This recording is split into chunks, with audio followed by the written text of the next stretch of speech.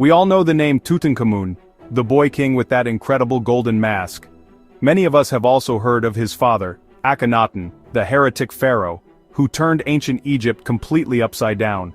But what if I told you the pharaoh who made all of that wealth and power possible, the man who ruled over a true golden age of peace and prosperity, is a name you might not recognize? Long before all the drama and turmoil, there was Amenhotep III. This isn't a story about war and conquest, it's the story of a master diplomat and a legendary builder who oversaw an era of such mind-boggling opulence that one foreign king wrote to him saying that in Egypt, gold was basically as common as dust. This is the story of the Dazzling Sun King and the absolute peak of the Egyptian Empire. To really get the genius of Amenhotep III, you have to understand the world he was born into. He took the throne around 1390 BC, not as a warrior, but as an heir. You see, his predecessors, especially his great-grandfather Thutmose III, had already done all the hard work. They were the conquerors, the relentless military men who had pushed Egypt's borders out and crushed its rivals. So, when a teenage Amenhotep III came to power, he inherited an empire of almost unimaginable size and security. It stretched for over 1,000 miles from Syria in the north all the way down into the heart of Nubia in the south. The major wars were over, the borders were safe, and the treasury was overflowing. The stage was set. Egypt didn't need another general, it needed a CEO, and that's exactly what Amenhotep III became. So with a secure nation and endless wealth, what did this young pharaoh do with all that power? He did something pretty revolutionary. He chose to build, not to battle. He chose words over weapons. Amenhotep III ran his vast empire with a strategy that was both simple and brilliant. Diplomacy, all of it greased with an incredible amount of gold.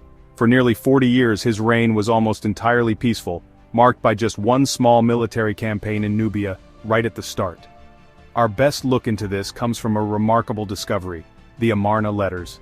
These clay tablets were the diplomatic emails of their day, letters between the pharaoh of Egypt and the kings of Babylon, Assyria, Mitanni, and the Hittites. They show this complex web of alliances, back-and-forth negotiations, and, of course, strategic marriages.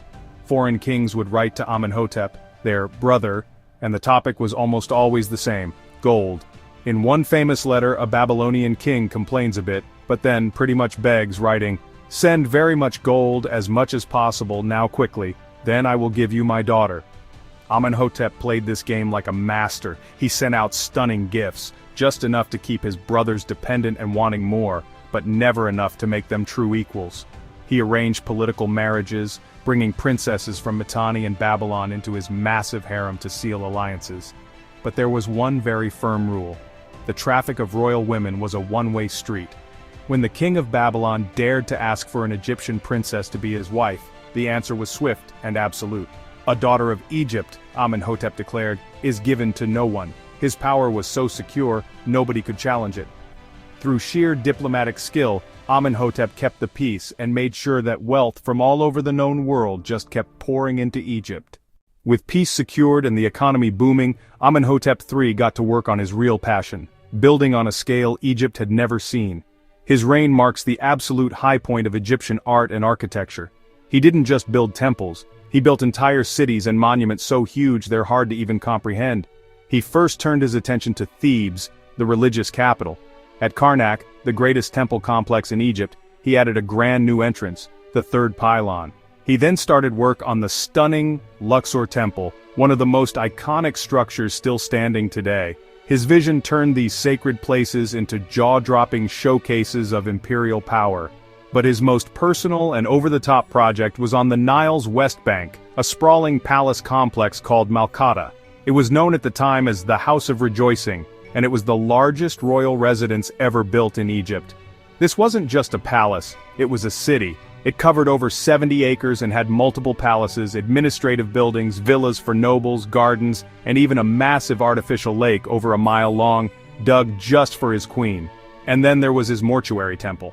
In its day, it was one of the largest and most magnificent religious complexes ever built in Egypt, rivaling even Karnak in its grandeur.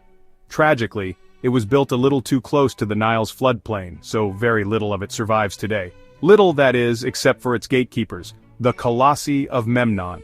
These two massive 60-foot-tall statues of the pharaoh, each carved from a single block of stone weighing over 700 tons, are all that's left of his great memorial.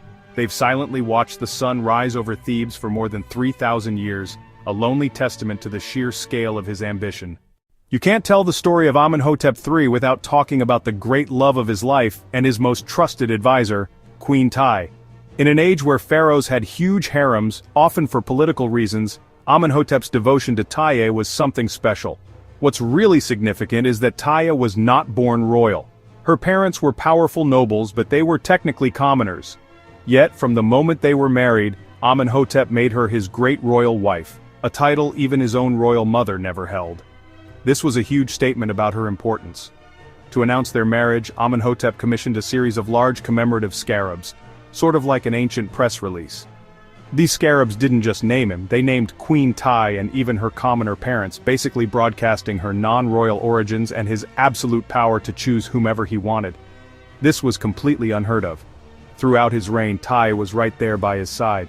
She is often shown in statues as his equal in height, a radical break from tradition where the queen was always depicted as smaller.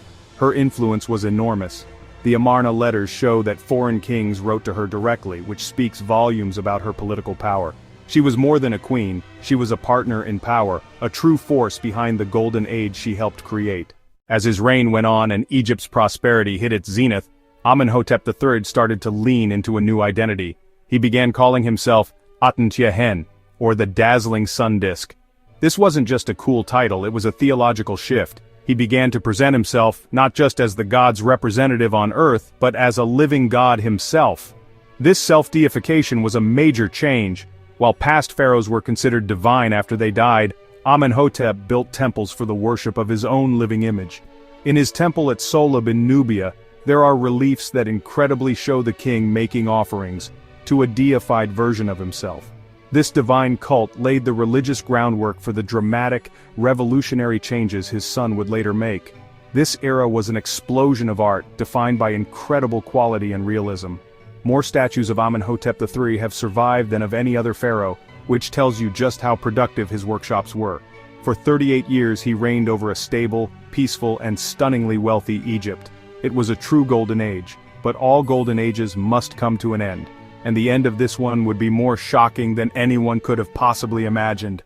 Amenhotep III died after nearly 4 decades on the throne, leaving behind the richest and most powerful empire on the planet. He was succeeded by his son, Amenhotep IV. This new pharaoh inherited a kingdom at the absolute peak of its glory, an empire built on diplomacy, tradition, and unimaginable wealth. And he would bring it all to the brink of collapse. He would soon change his name to Akhenaten, abandon the gods his father had so lavishly honored, and plunge Egypt into a religious revolution that shattered the peace his father had so carefully built. The reign of Amenhotep III was the spectacular, brilliant calm before the storm. It was the magnificent sunset of an era, just before darkness fell. If you want to find out what happened next and learn all about the heretic king Akhenaten, make sure you subscribe and hit the notification bell. And let us know in the comments which pharaoh's story you want to hear next. Thanks for watching.